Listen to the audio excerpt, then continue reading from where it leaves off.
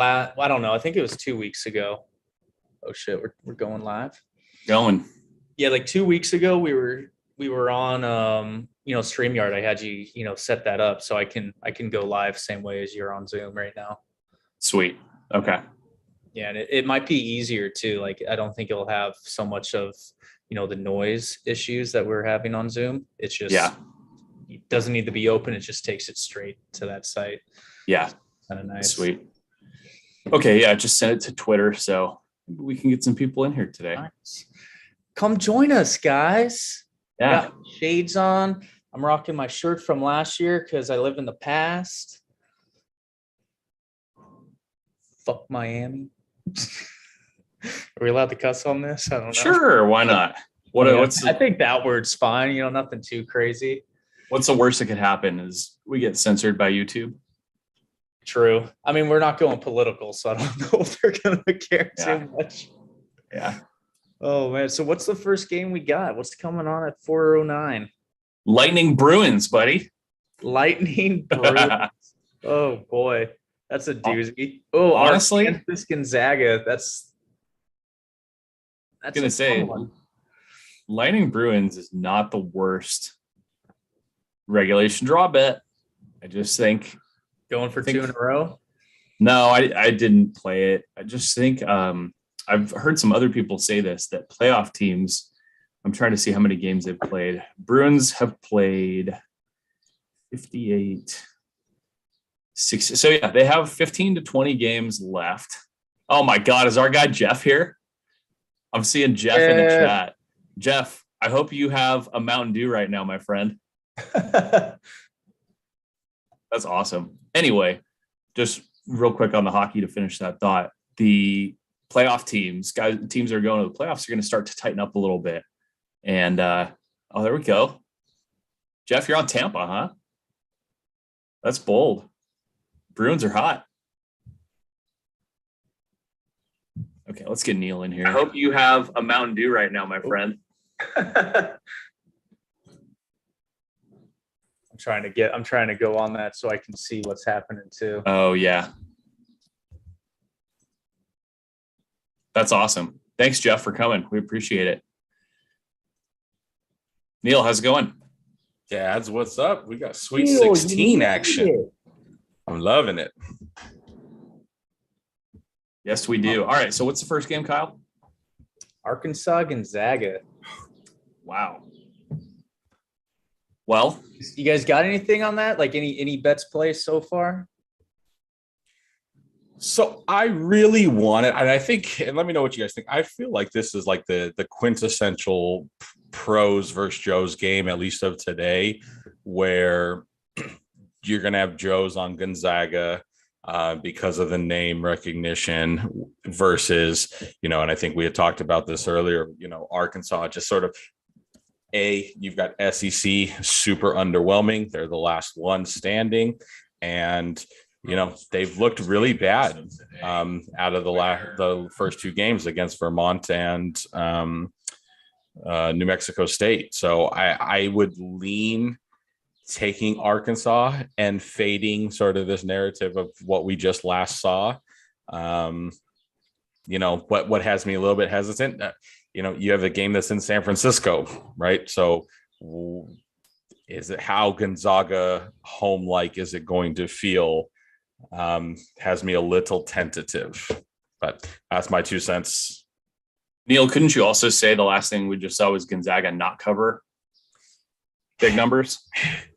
You certainly could, right? Their first game against Georgia State, though, is a 22-point win, right, on a 23 line. I think we talked about that in our pod. And, if you're like me, that Memphis game, like I've been on record here saying that I thought Memphis was, one of the top 20 teams in this country, as certainly talent wise, they were one of the most talented teams in the country. They just weren't able to sort of put it together. They did at the back half of the season. They beat Houston twice. They lost to them in the conference championship game, but would say you could make the argument that this Memphis team was one of the best 9 seeds that we've ever seen in any tournament, just given the talent level that's on this team. So their ability to, win by 4 and not cover that 10, that's that 10 number is an asinine comment. And I would say if both games were laying 10, I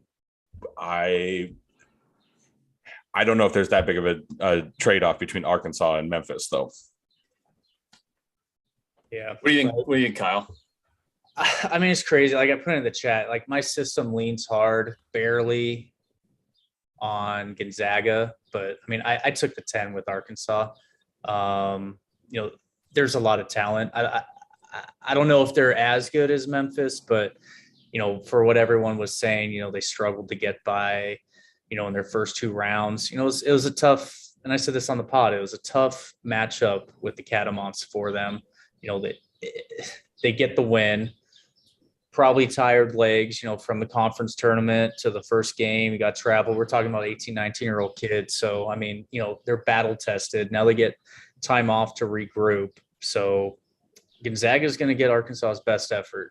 And you're giving me 10 points. Shoot, man. Like that's too good to pass up. And Gonzaga, I know half of them don't really count to this year, but they haven't covered their last 4 against the spreads in the NCAA tournament. So, regression maybe, but I like those 10 points in this game. Arkansas was a lot of people's kind of sleeper a month ago to get to the Elite 8 Final Four. So we'll see. Tough matchup, but I think they can keep it close. I'm not pulling for I'm not saying they're going to get the upset, the outright win, but I think they can get inside that number easily. What pace does Arkansas want to play this game at? I mean, what pace Gonzaga wants to play at. So, right. I mean, I think you got to have a mixture of it. If Gonzaga goes off, misses a shot. When I played, I always loved, if I was out on the wing, I wasn't crashing the boards. I was streaking out for a layup. Someone get the board and throw it up because, a lot of these kids probably played football or some form of something even athletic, where they can just go up, catch it, one step layup. So, I mean, that's the style I like to play. But if that's not there, you just take it down the court, use shot clock, pace down, and on a case-to-case basis. I just wonder can Arkansas, if you're really being honest with yourself and you're Musselman, do you want to get into a track meet with Gonzaga going up and down the floor? Or do you want to try to get them out of their, Arkansas, their D can be really tough. And it's a fair question as to how many really fly around defenses does Gonzaga see all year now? Obviously they're great, but I don't know. I mean, you got 2 teams both teams play generally pretty fast. Gonzaga's 6th in tempo, Arkansas's 28. So, I mean, you can't slow it down too much because then you're not even playing your own brand of basketball. So there's got to be a balance. There's going to be moments where they're probably doing both. And, I mean, that's why Musselman is a head coach, because I'm not smart enough to figure out when to do it and when not to do it. I love Eric Musselman. I mean, this dude's coached in the NBA. I mean, people who have bet the Razorbacks, and I've heard people talk about this on various shows, they just love the guy as a coach. I mean, what he did with Nevada a couple of years ago, what he's doing at Arkansas now is pretty remarkable. So what an opportunity for him to get probably, I don't know, would this be the biggest win of his career? Yeah, probably. Yeah. For a guy who's coached in the NBA for multiple teams. I mean, there were no big wins in Sacramento. I can promise everybody that. Chris Duke, what's up? What's up, dads? What's up, dads? What do you got on? You got Dennis on Gonzaga? Dennis on the Zags, of course, and he's going with the Homer Wolverines, huh? So what's the action? Anybody know what the action is on the Gonzaga-Arkansas game? I mean, I would imagine people aren't lining up to late at 10 after Gonzaga didn't cover a 10 last time, but it's still the number 1 team. I got 64% of bets, 82 of money on Gonzaga, but I just saw on Twitter and I knew I should have saved it from DraftKings. Perfect. I still have it up. 43 handle, 51 bets on Gonzaga DraftKings. So, I mean, huge disparity between, two platforms. Gonzaga hasn't even, they're really bad against the number recently, right? Like 1-8 or something like that. Dogs are barking, folks. That's a sign right there. Where's Riley at? So that's a sign from God. So Jeff in the chat said he agrees. He thinks slowing down the game benefits Arkansas because of their defense. I mean, I get what you said about they both play fast pace and that's what they're comfortable with. But like to win this game, they're going to have to try something to get Gonzaga out of their tempo and out of their game. And I mean, I don't think it's their offense slowing the pace as much as it's their defense going more to a full court, 3/4 court press. Trying to disrupt. Them down and get them. Because look what Gonzaga did a lot last year. I mean, they came out and they stunned USC in the Elite Eight game going to a full court press early. And there were so many turnovers. They jumped out to a 15-point lead and that game was over. So sometimes you just do, something a little different. Everyone's talking offense, slow the ball down. That's not their style. So maybe you just defensively, both teams are great. So why not, press a little earlier to have them slow the game down and get out of what they like to do. No, it makes a lot of sense. Anybody else got anything on this game before we move on to the next one?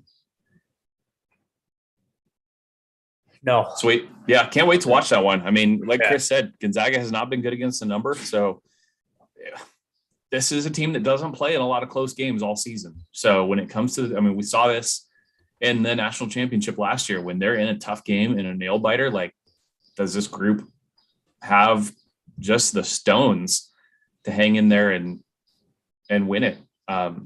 We'll see. Yeah. Next game is Michigan Nova. Tips off like 30 minutes after the first. I mean, I wanted to bet the under, and I know Neil did, and I wanted to. And then the last time I bet a Villanova under was so sweaty. And did you cash? It cashed, but it shouldn't have. And so I didn't want to play with fire again. But Neil, what about your thoughts on going under again on a Nova game? I mean, it just really was no big difference than what I felt the last time. And I mean, Nova they're as efficient as any team in the country. Disgustingly. Like we just sat there like watching them drain out 22 seconds off the shot clock, but somehow they found a great look and they hit their 18-foot jumpers. Or they got fouled, and it's the best free throw shooting team in the country. I mean, the number of times that my neck hurt from just shaking my head like this. Yeah. Because it's like they did it again. Every time down. They're either scoring or they're getting fouled. And it's exactly. It is. It's every time down the court. So I just, it's the same thought I really had after the last one. I think Michigan's a little higher scoring than Ohio State is, but I'm ready to suffer through watching another tight game. And I wholly think that I'll probably be sweating out and it will not look great. And they'll probably have a live total at 140.5, just like it was right. It just hung at 138.5 live, like the entire second half. And then, we got a little lucky at the end. Okay. More than a little lucky, probably.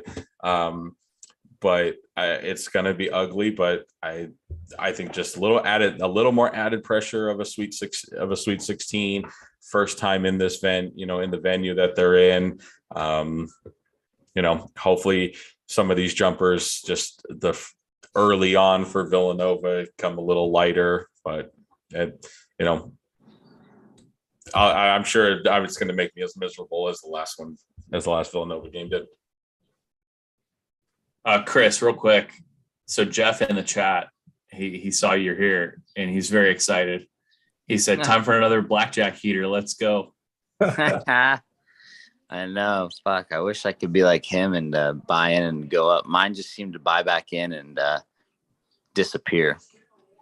Anything else you want to say to your dad?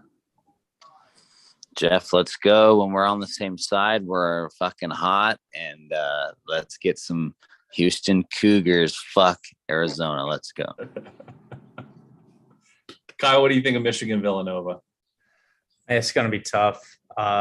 Numbers lean Michigan. I like Michigan because they're just playing really well in the last month. That's kind of what I look for. I like their size advantage as well. I think the tallest guy for Nova is 6'8" or 6'9". So, another big game potentially for the man in the middle, Dickinson. So, Villanova, though, if they're hitting their threes, are going to cover the number easily. So it's just, there's so many different variables where this game can go. But I'm taking the 5. I also played them on the money line just because I think if the game's that close, Michigan's going to find a way, with the size buckled down. They're playing a lot better defensively as well. I kind of hate, looking at the Ken Palm numbers because everything's based off the entire season. And I hate that. Like, I only give a shit really from February on this time of the year. I don't care what you did in November, December, even January. It doesn't mean anything anymore. And looking at what they've done, since February, a little hot and cold, but they also play in the Big Ten, which had some competition this year. And most of those games they were in it, and I like what I've seen. So I'm gonna stick with them here. Taking that 5 and sprinkling, as Mr. Dookie likes to say, on the money line as well. So to play devil's advocate, I mean, you said you don't really care about what they did in November and everything, but don't you have to also not overreact to recency bias where you've just seen them play 2 very good tournament games and then had a nice run in the Big Ten tournament? Well, yeah, but it stretches, before that, that's what I'm saying. Like all of February. I mean, November games matter in the sense of building your team camaraderie, but as far as, everything else at this point in the season, it's a new season. It doesn't matter that you weren't finding a way to win a game or you had injuries, at the beginning of the season. It just matters who's there now, how they're playing.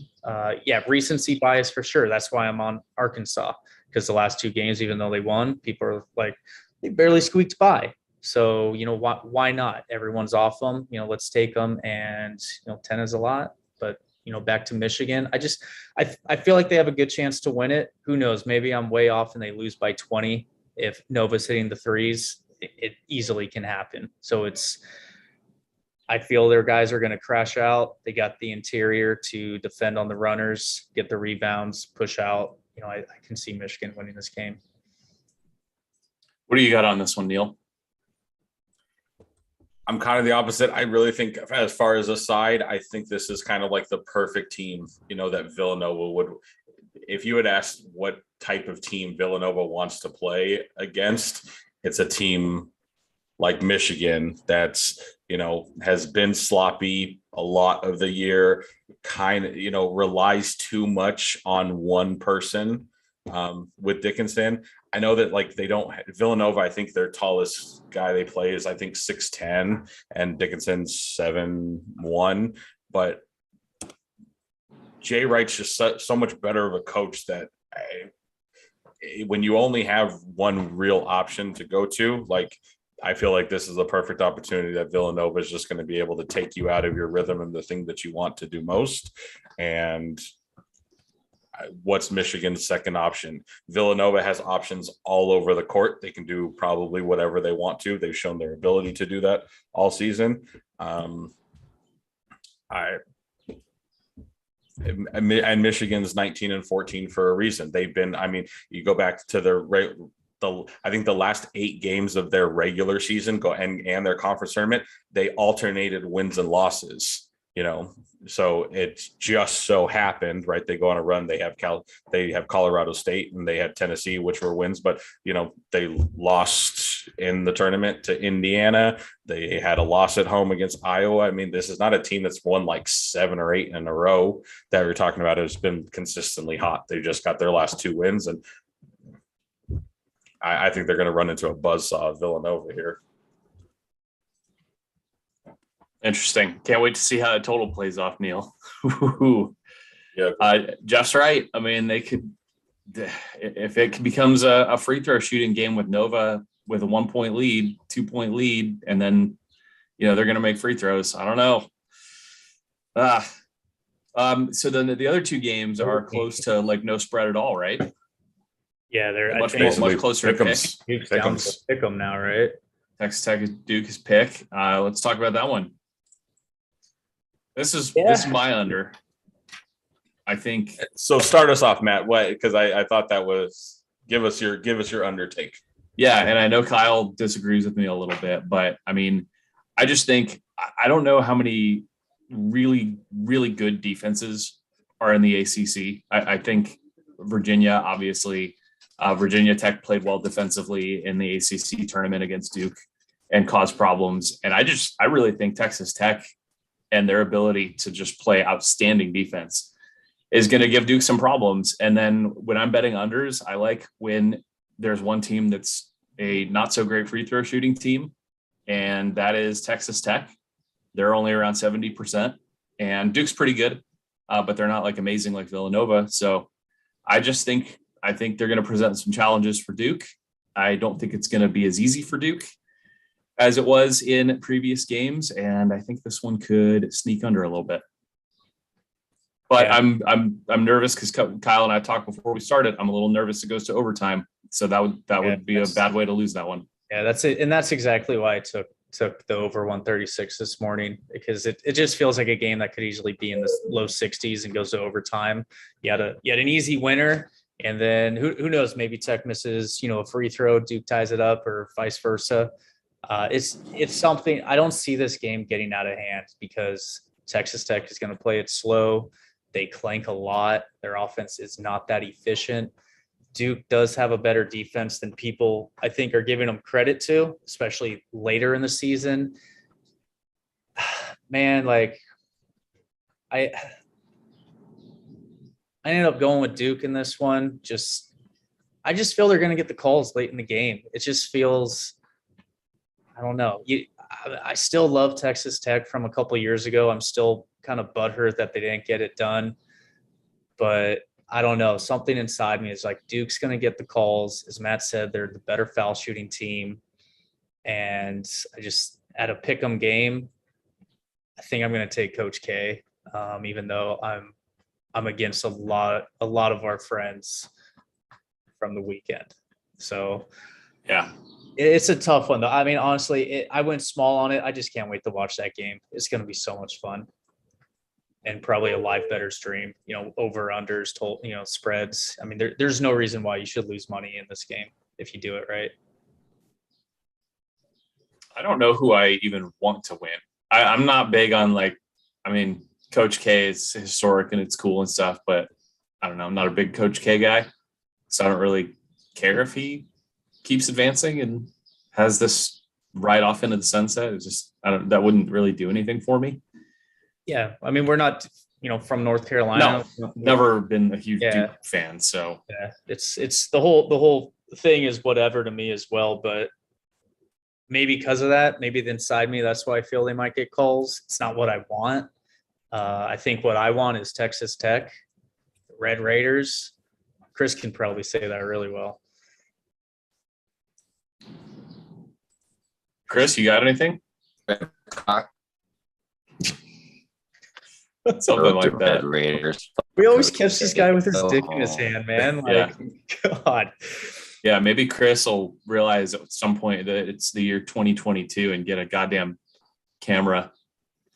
Maybe. So here was my take on the game, and my next two, sort of what I looked at, are going to sound very similar. But here's Duke top 5 scores: 1 junior, 1 sophomore, and 3 freshmen. Right, coaching advantage, no question. You have Coach K, who's been there forever, versus I don't even know the Texas Tech guy's name other than they love him. Here's Texas Tech's start top 5 scores: junior, senior, senior. Mind you, and this is sort of a team that's kind of it has been there before, and they've been together. Part of also the reason I like Texas Tech, because should Duke win, I have no problem watching an Elite Eight game of Duke Gonzaga on Saturday. Great. would be phenomenal, right? Yeah. It'd be absolutely phenomenal to be able to watch that game on Saturday. So if Duke wins, no problem. What a great game. I'd rather watch that game over probably any other, combination that we can make going into the weekend. But just for an experience standpoint, like, I don't know how on the court you don't look at Texas Tech in this game and what, the experience that they have, the positionless basketball that they play. So Texas Tech was the side for me. Who do you believe? Who is right? Who is wrong? That's the great thing. No one knows shit. Like, it's so true. It's Mark Adams, Neil, and you're right. They all came. All those guys came back to play for him. Yes. And you said, the coaching advantage, Duke. But is there, right? Because I think to your point, it's like, if Coach K gets to under a minute and of a tight game in his very last basketball game potentially that he'll ever play, where are the nerves? Any pressure there? Yeah. Any pressure there? Like, I just don't know. Like, we've sort of seen on him. Like, are the players? It's on the players, and we saw North Carolina. What happened in North Carolina against North Carolina? Moment was too big. The moment was too big for these guys. I mean, North Carolina is just. RJ Davis. Shoot. But what's it? But tell me, I get it, but like, you can't say that there's any difference of how that team collapsed in the second half when the pressure of everybody being. Though North Carolina put up 90. Like, college teams don't put up 90. They were just hot. Like, I hear what you're saying, and I somewhat agree, but I don't know. It's not like it was like they're up by 20 and then second half choke it away because they couldn't put the ball in. I mean, North Carolina just got hot, stayed hot, and said, see ya in the Final Four, guys. Like, I don't know, man. I mean, to Neil's point, like, if it's close and going down to the wire, you can't tell me those kids aren't going to be thinking about, we can't blow this for Coach K. And there has to be, like, they're 19 and 20 years old. But to Neil's point, how long have they been there? Do you think they give a shit? Do you think I do. Yes, I do. Yeah. It's Duke. It's Coach K. I think they hear how important this is and how historic this is. And let's not forget, I agree. Duke was up 5 points. Duke was up 5 points with 10 minutes to go in that game with North Carolina. Really? 10 minutes and 36 seconds, 56-61 Duke. So Duke was up 5 with 10 minutes to go. And Kyle's right. UNC did lose by 13. Really hot. Yeah. Chris, get in here, Chris. What do you think? Do you think the Duke kids are aware of the magnitude of Coach K's final tournament run? Of course they are. Of course, my dads. But guess what? That sounds like a fucking fade you narrative. Oh, the kids are driven. Oh, there's this involved. Someone's sitting out. Someone's injured. Everyone's talking about the UCLA guy that's injured. Fuck that. Do you know who they have behind him, though? Like, dude, fade that injury all day. Like, if that's the reason why you're taking North Carolina, that's bad. I mean, you should be taking North Carolina just for RJ Davis, because that kid's on Jupiter right now. You should be taking North Carolina because Manic looks like a god, but better not get thrown out again. That's a conversation for tomorrow. So let's not get too off topic. But. Yeah. Well, so we'll see if Duke and Texas Tech is close. We'll see if any of the nerves show up for those Duke kids, and that'll be fascinating to see. And I don't know, man, there's just so much on the line for them, and but Texas Tech has something to prove too. Like, these guys, like we were talking about, Neil, they all came back and they want to be there just as bad as those guys do. So, I mean, we talk about trust the line. I mean, you could see Sparty could have very well won, and we know Texas Tech's way better. And trust the line. How is this 3 seed? They're telling you with not as good a record. They're basically telling you how strong the books think Texas Tech. They know this is a legit team, so they're almost begging you in both of these games tonight to take Arizona and take Duke if you dare. And we'll see. Speaking of Arizona, let's talk about the last game here. So our first game of the night is going to tip off here in about 10 minutes. So let's quickly in the next 5 talk Houston, Arizona. Feels like a lot of people on Houston. Yeah, it got trendy as hell. Yeah. Like, it's literally my only system play today, so that's why I'm on it. Like I told Jeff, who the hell am I to fade the system? But oh, man, you saw me that last night we were in Vegas. When that line came out, I was like, well, oh my God, I want to bet it. I just don't want to have a ticket here that I have to cash potentially. But I wanted Arizona because I thought that line should have been Arizona like -5 or something. But numbers are like, Kyle, you don't know. You're not a bookmaker. You're stupid. Yeah, all the numbers I'm looking at them right now, and it's like, oh, okay. All right. I guess I'm on Houston. And that's kind of why I did the money line. And then I took the +1.5 because then I can just be like, well, I can push. Like maybe Arizona has a buzzer beater win and whatever. I'm fine with winning no money. Like whatever. But it's going to be a fun game. Houston just, I mean, honestly, losing 2 of their best players and they're here and potentially even better than Arizona. Remarkable. Yeah. Yeah. I mean, the job their coaching staff's done is phenomenal. Now you want to talk about close games and just gutting one out. I don't know if anybody did that better than Arizona. Now say what you want about that last play in regulation, whatever. There's some people crying that should have been a foul, but Arizona, they got everything they could handle from TCU. So Houston's going to bring it. What do you think, Neil?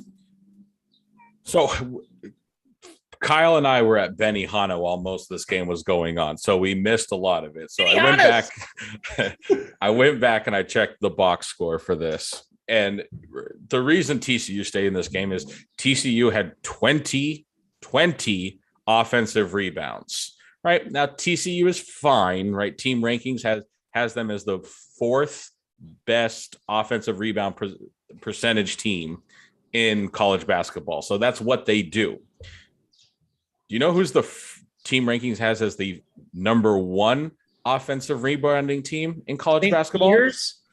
It's not the Peacocks. Oh, happens to be this very Houston Cougar team. So the one thing that Arizona screwed up the most, now they have to face a team that's even better. And you know, I said what I liked in the last game. I think Clara agrees with me. But what I said the last game, as far as looking at experience, here's Arizona's top 5 scores: sophomore, junior. Houston's top 5 is sophomore, senior. Ooh. Let's not forget, this is an Arizona team that didn't play postseason basketball last year because they had a postseason ban. This is a Houston team that went to the Final Four last year. This is an Arizona coach who, this is his first head coaching job in college, right? He was Mark Few's assistant for like forever, right? So it's not that he hasn't played in big games, but this is the first time, this is his first season being a college coach versus Calvin Sampson, who's been a head coach before any of the dads were alive, right? I don't know how, with everything that's experience-wise, not to mention the game's being played in San Antonio. It's what, like a 3.5 hour drive from San Antonio to Houston. Like, Arizona always travels well. There seems to be Arizona fans all over this damn country. But yeah, they travel really well. But there's just too many things, I think, for what I look for in a team that all lead to be Houston. Just super trendy. It has gotten super trendy, and I don't know why. But the line's not moving. Like it's just crazy. Like I did, like to Joe's point in his video. Like I saw, it 1.5. I didn't see the 2. I saw Jeff, who's been with us all pod. He got the 2, but I haven't seen it from my stupid books. Why do you guys think it got so trendy? I don't know, probably listen to somebody really smart in Vegas and like, I'm going to do it too. Like, I don't know, like DraftKings has 32% of bets, 45% handle on Houston. So it's not that trendy there. Whereas Action Network or who the freak knows where they get any of that information, has 41% of bets and 78% of money. So that's the one that scares me, but DraftKings is huge, so I'm going to believe their numbers. And But Kyle, the 41% of bets and 78% of money is on Houston. yeah, on Action Network. Who are you backing? I already told you, Houston. Why does that scare you then? That's fantastic. I love a 30% differential. Well, yeah, money. But I mean, Vegas wins if money. I mean, all that money is on them in the long run. But that's why I'm saying I like DraftKings, because it's 32 to 45% of money. So there's still a 13% differential, but it's not as crazy. So who knows? Like, shout out to Julian for posting that on Twitter to ease my nerves. I mean, God, that should be a great nightcap. Can't wait. I mean, we'll see if the Pac-12. How many teams does the Pac-12 have in the? We had 3. SC lost. So we got UCLA, Arizona. Wow. All right. Let's see if those Wildcats can show out for our boy Sam and for the Pac-12. So and that's probably my bias because of that friendship. That's hard. It's hard. It is. All right, we'll get out of here. Chris, you got anything else? Oh, I can't wait for fucking Sweet 16. Love it. Let's get some craziness. Let's get some shit going down, just like us with Jeff on the blackjack table. You don't know what the fuck's gonna happen. So nice to get off work and have 4 just awesome looking games to come back to. People, you can listen to this back in case you do. Hopefully we had some good calls. If anybody had one that nails it, I can't wait to cut this up and post how smart we are. Or maybe we were wrong about everything and we're all just dumb. So, well, there's a lot of differences on this. So someone's going to be right. Yeah, there we go. All right. Make sure you follow us on Twitter at FadeU Sports. And hopefully we'll come back with one of these again tomorrow.